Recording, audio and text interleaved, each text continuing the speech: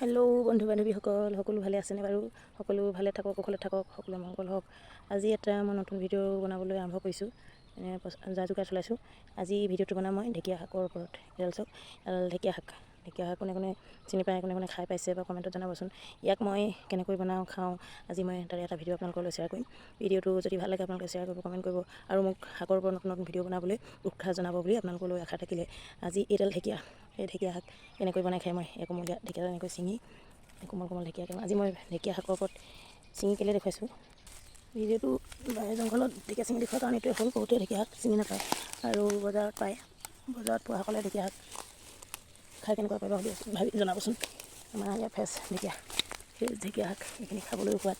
বজাৰৰখিনি দুদিন তিনিদিন ছিঙি ধৰক হেৰি কৰি থয়। মই ছিঙি দেখুৱাৰ কাৰণ এইটোৱে হৈছে, কিছুমান ল'ৰা ছোৱালীয়ে ঢেকীয়া শাক চিনি নাপায়, সেইকাৰণে মই আজি ছিঙি দেখুৱাইছোঁ।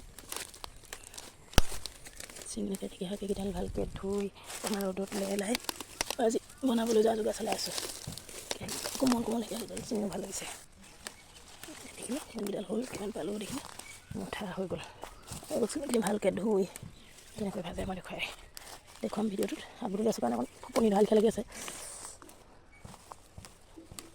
জংঘলত সোমাই শাক ছিঙিছোঁ, সেইকাৰণে মই ভিডিঅ'টো সেইকাৰণেই বনাইছোঁ। কিছুমান ল'ৰা ছোৱালীয়ে চিনি পাওক বুলিয়ে মই, বহুতে চিনি নাপায় ঢেকীয়া শাক কি।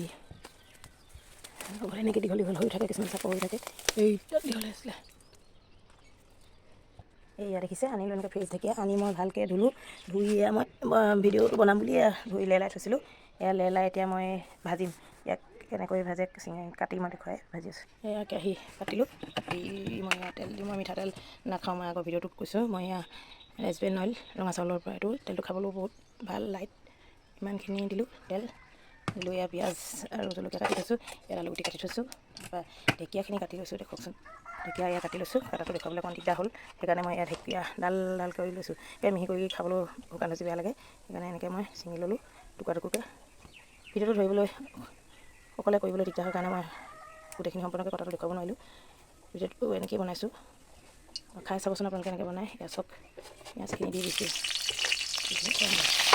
এনেকৈ দি দিলোঁ।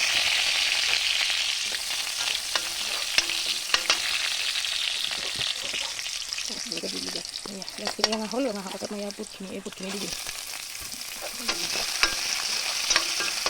আলু গুটি যেতিয়া শুকান হয়, তেনে আলু দি দিছোঁ।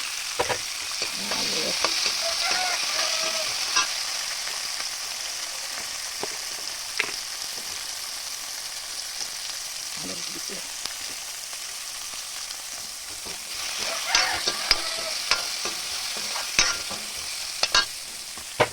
ঢেকীয়া শাকে আৰু গোটেই আলু গুটি ভাজি খাই কিমান ভাল লাগে। সেইটো পইতা ভাতৰ লগতো আৰু ভাল লাগে খাই, আৰু দেখিলে খাওঁ খাওঁ লাগে।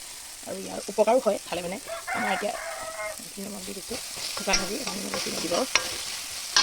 কিবা ঢেকীয়া, ফ্ৰেছ ঢেকীয়া, ইয়াত কোনো ভেজাল নাই, ইয়াত কোনো সাৰ নাই, বনৰীয়া বস্তু, ই কোনো সাৰ নাই। ইয়ে আপোনাক খালে অপকাৰ নকৰে, উপকাৰহে কৰিব।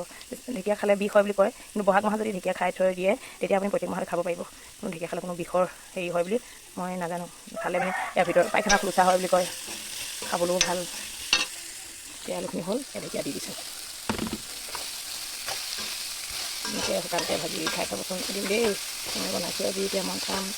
আৰু এনেকুৱা বিভিন্ন ধৰণৰ শাকৰ ভিডিঅ' বনাই থাকিবলৈ আপোনালোকে মোক কমেণ্টৰ যোগে জনাবচোন। যি পাৰোঁ, যেনেকৈ পাৰোঁ মই শাকৰ ভিডিঅ' এনেকৈ বনাম বুলি, প্ৰস্তুত কৰি বনাম বুলি মই নিজে লৈছোঁ। বনাম এনেকৈ শাকৰ আপোনালোকক শ্বেয়াৰ কৰিম। 5 মিনিটমান এনেকৈ ভাজিলেই ভাত লাগিব। শুকুৱাই লাই থৈছোঁ যে, সেইকাৰণে বেছি দেৰি নালাগে। দেখিলে খাওঁ খাওঁ লাগে সময়, কিন্তু দেখিলে খাওঁ খাওঁ লাগিছে কেতিয়াবা হয় কেতিয়াবা হ'লে।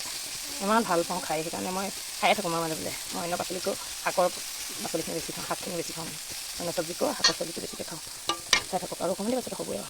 এয়া দেখিছে, খাব পৰা হৈ গ'ল। মই এতিয়ালৈকে বনোৱা ভিডিঅ'হে হেৰি কৰিছোঁ বাৰু, বনাইছোঁ, কিন্তু খোৱা ভিডিঅ'টো মই এতিয়ালৈকে বনাব পৰা নাই। এয়া খাব পৰা হৈ গ'ল। এয়া ঢেকীয়া শাক, আলুগুটি আৰু বুটৰ ভাজি, ভাতৰ লগত খাম বা আপোনালোকে ৰুটিৰ লগতো খাব পাৰে। এতিয়ালৈকে খাব পৰা হৈ গ'ল। এনেদৰে আৰু ভিডিঅ' বনাবলৈ আপোনালোকে মোক উৎসাহ জনাব।